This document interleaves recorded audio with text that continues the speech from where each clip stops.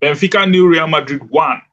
You guys have finally have had your how will I even say itself? You guys have finally revenged. You've had your revenge. Remember This one is not revenge. what we'll call it. We just take our win and go. So it's take your win and go. You know, when you say revenge now, that one was 4-2. This one is 1-0. Just now, So, but you lost that one and you came back to win on the same stadium that you lost the last time. okay, I can take that. That's what I'm saying now. Yeah. So But it was it an was filled up intense with match. controversies. It was filled up with controversies. Red cards, yellow cards. Allegedly, somebody called somebody a monkey. That's what they are saying. Yeah, I see. I think it was after the celebration, right? Mm. That guy, is it to pretend and You can have your say, but you know my stand when it comes to Vinicius. You know my stand, so I don't need to. but since when has dancing becomes a problem in football? Hmm? That's my issue with some of these people. Like, since when has dancing to celebrate your goal becomes an issue? I don't know. We're always looking for the people, let me just say, people are always looking for the silliest excuse to, to react or to do some kind of thing. I could remember one of the famous celebrations that we saw in football. Mm. That one that Griezmann used to dance like a Mexican dance. Mm. I think it was, should I say, it was made popular by Griezmann. But then I could remember one of our matches with Atletico. Vinicius danced, and the likes of Kuki and others were like, he shouldn't have danced in front of their fans or something after scoring a goal. So, and I was like, what is happening? So anybody can dance, but not a black player cannot dance, or a Vinicius cannot dance in front of to celebrate his goal or something. Maybe they are So looking and at then that one away self fans now. You should not provoke away fans.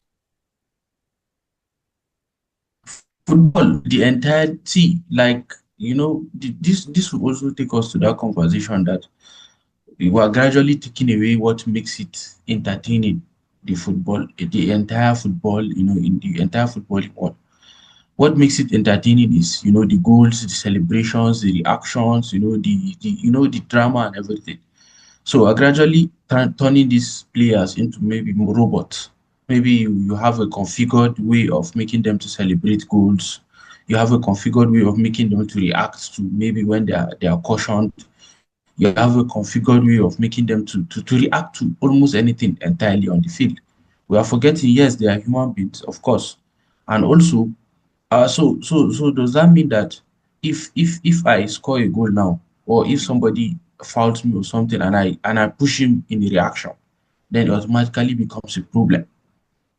So that, like, they are gradually turning the entire footballing, arena to become more like robots.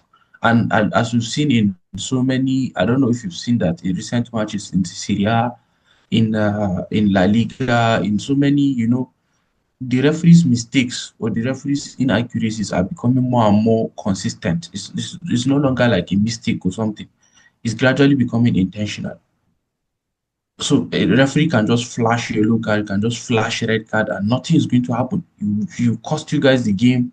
Sometimes there's no contact, sometimes there's no diving, sometimes there's contact. He will just give card whenever he sees fit. Even with the VAR, maybe if the VAR was not there, maybe we could have said, okay, there's no VAR, there's no video referee or something. The VAR is there, and still maybe the next excuse you hear is that they cannot check VAR if it's normal foul. Only if it's penalty, that's when they will check VAR. So what is the use of the VAR? But I'll tell If you you, cannot check, the VAR is supposed to be checked for normal, every decision that you think is controversial. The VAR is supposed to go and check whether it's a yellow card, whether it's a foul, whether it's anything. But they'll tell you that it's only in penalties or in red cards that the VAR will check. If not, the remaining referee will just do and will just do. another thing So I want to say is that me, you know that Vinicius is known for provocation. You know that.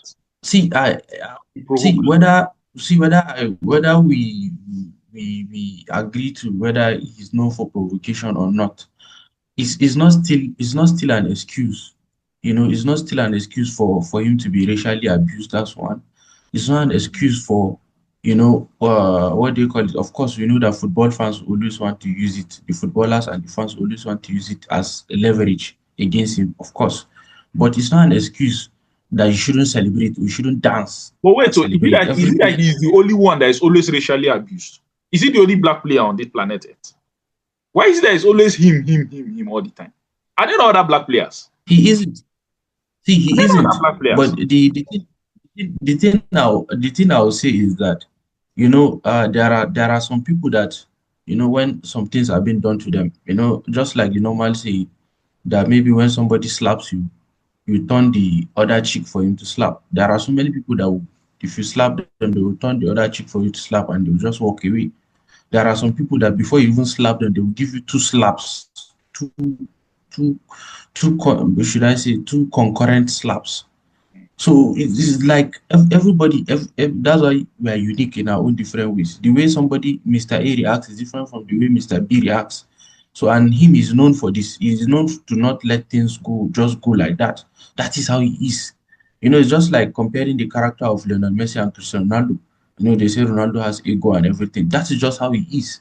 Lionel Messi is like you can just do anything to him whenever he feels like, and he can decide to just forgo it and just continue playing his ball. The other one will say no, he will dramatize, he will do all sorts of things. So that is just people's characters. You don't expect everybody to just be, like the way you want him to be. And that's why I was talking about this issue of programming. They are gradually, maybe they want these players to just, become numb and just accept whatever it is, that is thrown at them, whether from the fans, whether from the opponent players, whether from. I could remember there was this Madrid match that Valverde like had to. I think he outside the pitch, was he in the not even in the dressing room, was he in the park or something, that he had to, like, he even went and punched the other player or something like that, because the player abused him on the pitch or something. He did not react on the pitch, but he left when they were in the park or something. That was when he went and threw punches at him and everything. But because it wasn't Vinicius, maybe the whole thing did not go viral and everything. So I just don't even like to dwell on some of these things. But the most important thing is that, going back to the match, it was an intense match, full of end-to-end game. Playing Benfica is always going to be an open game. And I'm glad that Madrid had to look at the lapses that they made in the last game and everything, and they did not, try to get in over their head. In the last game, we made silly, silly tackles, we made silly, silly fouls, and that was exactly what they were trying to do, the fans and the players. They were trying to rile up our players, push them to the limit so that they can get suspended or something like that. And they were able to, at least to an extent, compose themselves, maybe escape with yellow cards or something. So that's the most important aspect of the game. And, we got the goal, a very important advantage going into the returning leg. I'm just glad that we had the first leg in Benfica. Now we can comfortably play the second leg in Bernabeu without too many, issues and everything. All right. So I think that should be all for now. I'll see you after the second leg. So Thank you. yeah. So thank you very much for joining me. So I'll see you next time. Thank you.